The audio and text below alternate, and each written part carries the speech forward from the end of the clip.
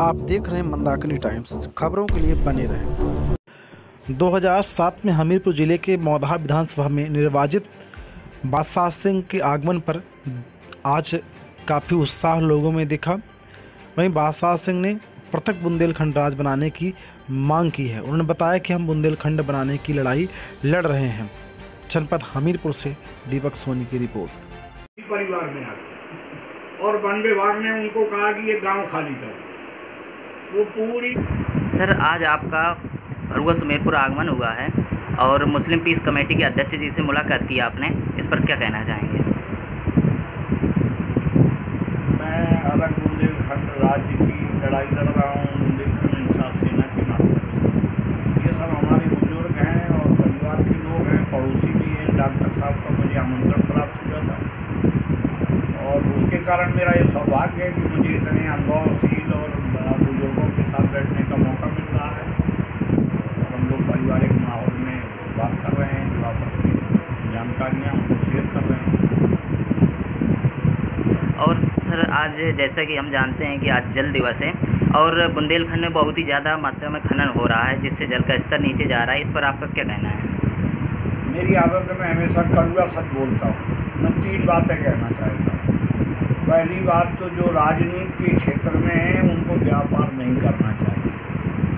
आज जो हमारे बुंदेलखंड की समस्या है वो ये है कि हर नेता व्यापारी बन चुका है और जब 2 चीज़ें विपरीत मिल जाती हैं तो किसी एक का अस्तित्व समाप्त हो जाता है। और दूसरा मैं ये कहना चाहता हूँ कि बुंदेलखंड की जो खनिज संपदा है, जिसका जिस तरह से बाहर के लोग दोहन कर रहे हैं, उससे साबित हो रहा है, वैज्ञानिक इस बात की पुष्टि कर रहे हैं कि यहाँ बाद में बड़ी दैवीय आपदा आएंगी। कई जगह भी खंडे में एक बार जमीन फट गई थी, जल का स्रोत लगभग 35 से 40 फीट नीचे चला गया है। इस पर भारत सरकार को देखना चाहिए, NGTC को रोक लगानी चाहिए। और जब तक नेता व्यापारी रहेंगे तब तक यहाँ की स्थिति यही रहेगी। आप लोग हमसे प्रश्न पूछेंगे, हम उत्तर देते रहेंगे। राजनीतिक जीवन में जिसको काम करना है उसको केवल सामाजिक काम करना चाहिए और हमेशा अपने लोगों के दुख सुख में बीच में रहना चाहिए। व्यापार करना है तो राजनीति में नहीं रहना चाहिए। ये प्रशासन की भी एक कमजोरी है कि जब वो देखता है कि कोई सत्ता में बैठा है, पावरफुल नेता ही व्यापार करा रहा है, तो वो गड़बड़ियाँ भी करता है तो प्रशासन आँख मूंदे रहता है, जिसके दुष्परिणाम हमारे क्षेत्र के लोगों को भोगने पड़ रहे हैं। केन नदी के जल के स्रोत पूरी तरह से सूख रहे हैं। बेतवा की स्थिति बहुत ही शोचनीय हो गई। बजेटा मेरा ममाना है, बचपन में मैं जाता था तो खूब पानी रहता था और हम लोग खूब तैरते थे। अब वो बिल्कुल एक छोटे नाले में तब्दील हो गई। इस पर जो अवैध खनन है उस पर रोक लगनी चाहिए। और लगातार यहाँ पर ओवरलोड चल रहा है और सरकार का कहना है कि तो ओवरलोड को बंद किया जाए, इस पर कोई अमल नहीं हो रहा है। इस पर क्या कहना है? जब बातों से लोग खुश हो जाएं तो काम करने की क्या जरूरत है? इस पर कैसे रोक लगाई जा सकती है?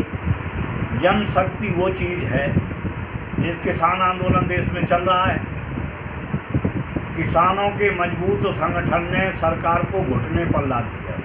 उनका चरित्र, उनकी सत्य की लड़ाई, लोगों ने उनकी सच्ची बात को स्वीकारा और आज देखिए देश का लगभग हर 4-6 परिवार में एक परिवार उनके साथ खड़ा हुआ। सत्य के लिए हमेशा आदमी को संघर्ष करना चाहिए, इंसाफ के लिए लड़ना चाहिए।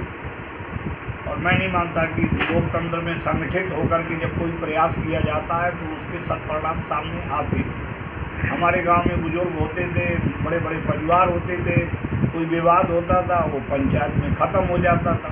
अब पंचायतों का तो दौर ही ख़त्म हो गया और सम्मिलित परिवार टूट गए। हम लोग जो महीने में 15 दिन में बैठक करते थे, दूसरे से गुफ्तगू करते थे, उससे तमाम चीज़ें सामने आ जाती थी, वो सब संगठन ख़त्म हो गया। उसके कारण ये दुष्परिणाम सामने आ रहे हैं कि न प्रशासन संवेदनशील रह गया और न ही राजनेता। बुंदेलखंड में लगातार किसानों का आत्महत्या का ग्राफ बढ़ता जा रहा है, इस पर क्या कहना चाहेंगे? सारे देश में, खाली लगभग देखें तो बुंदेलखंड में तो ज़्यादा इसलिए है कि हमारे यहाँ ना इंडस्ट्रियाँ हैं और ना नौकरियाँ हैं और ना अच्छे लेवल का व्यापार है। देखते देखते आप देख लो, बुंदेलखंड का जो छतरपुर है वो हमारे महोबा को बहुत पीछे छोड़ के चला गया।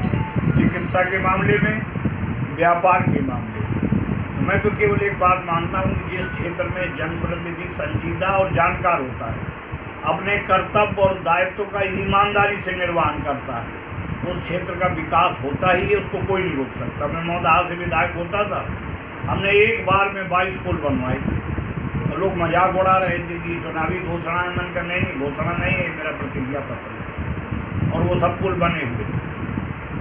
इसलिए कि मैं व्यापार नहीं करता तो मेरे पास समय रहता है। अब मैं पेट्रोल पंप की फाइल लेके घूम रहा हूँ तो फिर पुल कौन बनवाएगा। और कुछ कहना चाहेंगे आप यहाँ के लोगों के बारे में? बस यही कहना चाहता हूँ, खुशहाली का संदेश बुंदेलखंड को दे। हमारे लोग संगठित हों, एकजुट हों और बुंदेलखंड राज्य बनाए तो हमारी जो खनिज संपदा है, वन संपदा है, जल संपदा है, इसका जो बाहर के लोग उपयोग कर रहे हैं, दोहन कर रहे हैं। बिरला ग्रुप ने 50,000 करोड़ का हीरे का टेंडर लिया है 3 साल। मुझे नहीं लगता कि उसने 1,000 करोड़ रुपया वापस बुंदेलखंड के विकास में खर्च होगा। इसलिए हमारी समस्याएं अनेक, समाधान सिर्फ एक, खुशहाली का संदेश बुंदेलखंड। अच्छा, बुंदेलखंड राज्य अलग करने के लिए काफ़ी समय से लगातार प्रयास किया जा रहा है, लेकिन आज तक नहीं किया गया। इस पर आप क्या कहना चाहेंगे? मैं निराशावादी व्यक्ति नहीं हूँ। हम लोग महोबा को जिला बनाने की लड़ाई लड़ते थे, तमाम लोग ताश खेलते रहते थे, बहुत बढ़िया काम कर रहे हो, हम तुम्हारे साथ हैं। लेकिन महोबा जिला बन गई और महोबा की तस्वीर भी बदल गई। सरीला के लिए हम लोग तहसील की बात करते थे, बोले इतने नज़दीक कैसे तहसील बनेगा। लेकिन एक दौर वो भी आया कि सरीला तहसील बनी, और मैं आपको विश्वासपूर्वक कहता हूँ, मैं संशय और दुविधाग्रस्त में नहीं रहता। मैं वो आदमी, हम लोग जरूर बुंदेलखंड राज्य बनाएंगे और फिर से यहाँ दूध घी की नदियाँ बहेंगी और हम लोग देश में सबसे ज़्यादा समृद्ध और खुशहाल। बहुत बढ़िया।